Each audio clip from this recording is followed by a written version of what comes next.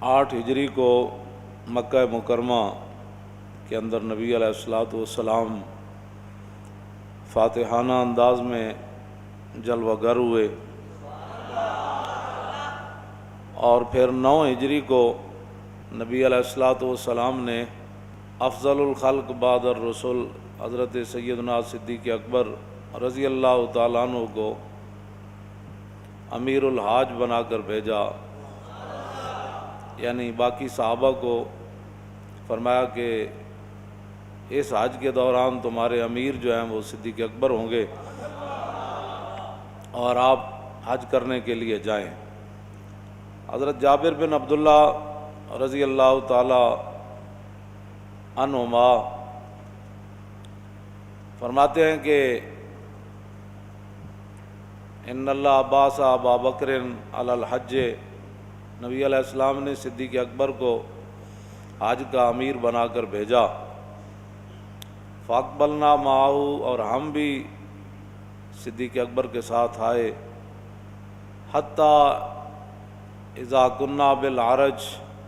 فرمایا جب ہم مقام عرج پر پہنچے جہاں نبی علیہ الصلوۃ والسلام فتح مکہ کے لیے جب حضور تشریف لائے تو یہاں حضور نے اپنے سر اقدس پر پانی ڈالا تھا اسی مقام پر، گرمی کی وجہ سے، اور نبی علیہ الصلوۃ والسلام نے روزہ رکھا ہوا تھا، تو اسی مقام پر ظاہر صحابہ کو یاد تھا کہ حضور نے یہاں قیام فرمایا، تو صدیق اکبر نے بھی وہیں قیام فرمایا، تو فرمایا فصبب بالصبح، سارے صحابہ صبح کی نماز پڑھنے کے لیے با جماعت صدیق اکبر کے پیچھے حاضر ہیں، اور تکبیر تحریمہ ہو گئی، فلما استوى للتکبیر، اور جب سیدنا صدیق اکبر ایسے ہاتھ اٹھا کر اللہ اکبر کہنے لگے تو سمع الرغوۃ خلف ظہرہ، تو مدینہ منورہ کی جانب سے آپ نے اونٹنی کے بولنے کی آواز سنی۔ مدینہ منورہ کے جو حاکم تھے نا ان کی تو یہ شان تھی، اور مدینہ منورہ کی ریاست کے جو والی بنے ان کی یہ شان تھی۔ صدیق اکبر نے یہاں ہاتھ اٹھائے،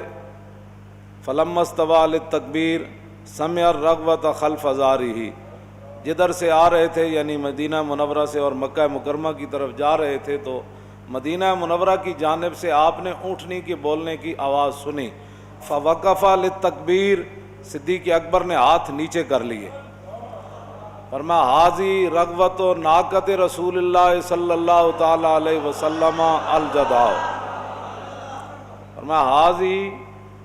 رغوۃ ناقۃ رسول اللہ صلی اللہ تعالی علیہ وسلم الجدع، فرمایا یہ تو نبی علیہ الصلوۃ والسلام کی جو مبارک اونٹنی ہے جدع، یہ تو اس کی آواز ہے۔ فرمایا کہ قد بدا رسول اللہ صلی اللہ تعالی علیہ وسلم فی الحج فلعلہ ان یکون رسول اللہ صلی اللہ تعالی علیہ وسلم فنصلی معہ،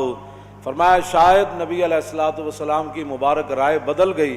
پہلے تو حضور نے مجھے امیر الحاج بنا کر بھیجا، اور جب میں روانہ ہو آیا تو پھر حضور کی مبارک رائے بدل گئی، حضور خود حج کرنے کے لیے تشریف لا رہے ہیں اور رسول اللہ اپنی اونٹنی جدعا پر تشریف لا رہے ہیں۔ جب یہ بات یہ ہے تو فنصلی معہ، اب صدیق نماز نہیں پڑھائے گا، حضور تشریف لائیں گے تو حضور ہی نماز پڑھائے گا۔ یہ جی مدینہ منورہ کے حکمرانوں کا مزاج ہے۔ بس اتنی بات ہے، آپ اس بات کو سمجھیں اور اپنا قبلہ جو ہے وہ درست کریں مسلمان، اور اپنے خیالات اور نظریات جو ہیں وہ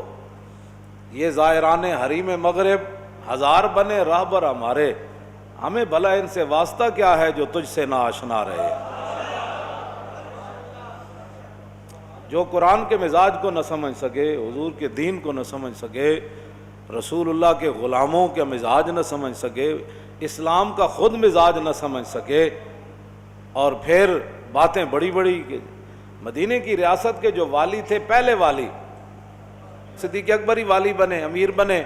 تو ان کا مزاج کیا ہے؟ فرمایا حاذی رغوۃ ناقۃ رسول اللہ، اور یہ بھی پتہ ہے کہ یہ غدبا کی اونٹنی کی آواز نہیں ہے، حضور کی اونٹنی غدبا بھی ہے، قصوا بھی ہے، فرمایا یہ جو آواز ہے نہ غضبا کی ہے نہ قصوا کی ہے، یہ آواز جدعا کی ہے۔ ذرہ عشق نبی، اقبال پھر ایتھی بولیا، کہنے لگا ذرہ عشق نبی از حق طلب، سوز صدیق و علی از حق طلب۔ فرمایا نبی علیہ السلام کا عشق و محبت اللہ سے مانگنا ہے لیکن تھوڑا سا مانگنا ہے، لیکن سوز صدیق والا اور علی والا مانگنا ہے۔ جمال عشق و مستی نئے نوازی، اور جلال عشق و مستی بے نیازی، اور کمال عشق و مستی ظرف حیدر، اور زوال عشق و مستی حرف راضی۔ ہاں اقبال کہتا ہے جدو لکھن لکھان تے کم آ جائے، پھر تحقیقوں تے کم آ جائے، اور علم بے عشق از تاغوتیاں اور علم با عشق از لاہوتیاں۔ اقبال کہتا ہے جے علم ہوئے، علم با عشق جے حضور دی محبت دے نال علم ہوئے تے پھر تے اللہ دا انعام ہے، جے حضور دی محبت تو بغیر علم ہوئے اے تے پھر شیطانی سارا چربہ ہے تے شیطانی۔ او صلاتو او امامو او حرم۔ ایتھے میں نو اقبال دا شعر دا سمجھ آئی۔ اقبال کہندا پھر نماز بھی بندے دی سدھی پھر عشق ہی کراندا۔ ہاں جی نماز بندہ ایتھے افضل الخلق بعد الرسل نماز کی اہمیت کو نہیں سمجھتے۔ جب تکبیر تحریمہ ہو گئی تو اونٹنے کی آواز ہی سنی نا، انہیں یقین تو نہیں تھا کہ افلا اللہ، فرمایا ممکن ہے حضور تشریف لا رہے ہوں، فرمایا ممکن بھی ہے آواز تو حضور کی اونٹنے کی ہے نا۔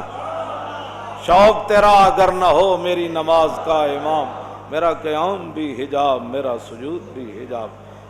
بس یہ مزاج ہے اسلام کا اگر آپ کوئی سمجھنا چاہتا ہے، ورنہ تو پھر اقبال کہندا نگہبان حرم میں مارے دائرست، یقینش مردہ ہو نگاہ بغیر است۔ اقبال کہندا جڑے نے حرم دی نگہبانی کرنی سی وہ بتاں دے جناب بت تعمیر کرنا شروع ہو گئے تے بت خانے تعمیر کرنا شروع ہو گئے۔ ہاں جی کہندا جن حرم دی نگہبان حرم میں ہمارے دائر است، کہندا تو بت خانے بنان لگ پے جنہیں حرم دی حفاظت کرنی سی۔ یقین انہاں دا مر گیا اور انہاں دیاں نگاہاں ہمیشہ غیر وال لگیاں ہوئیاں، وہ کیا دے گا، وہ کیا دے گا، وہ کیا دے گا، وہ ہماری کیا مدد کرے گا۔ کہنے لگا زی انداز نگاہ او تواں دیت کہ نا امید از ہما امور خیر است۔ اقبال کہندا تو مسلمان دی نگاہ شک ویکھ کے پڑھ لے کہ اتنا اے محروم نگاہ ہو گیا کہ اس دے چہرے تو پتہ لگدا بھئی انہوں اسلام دی کسی بات دا بھی یقین کوئی نہیں۔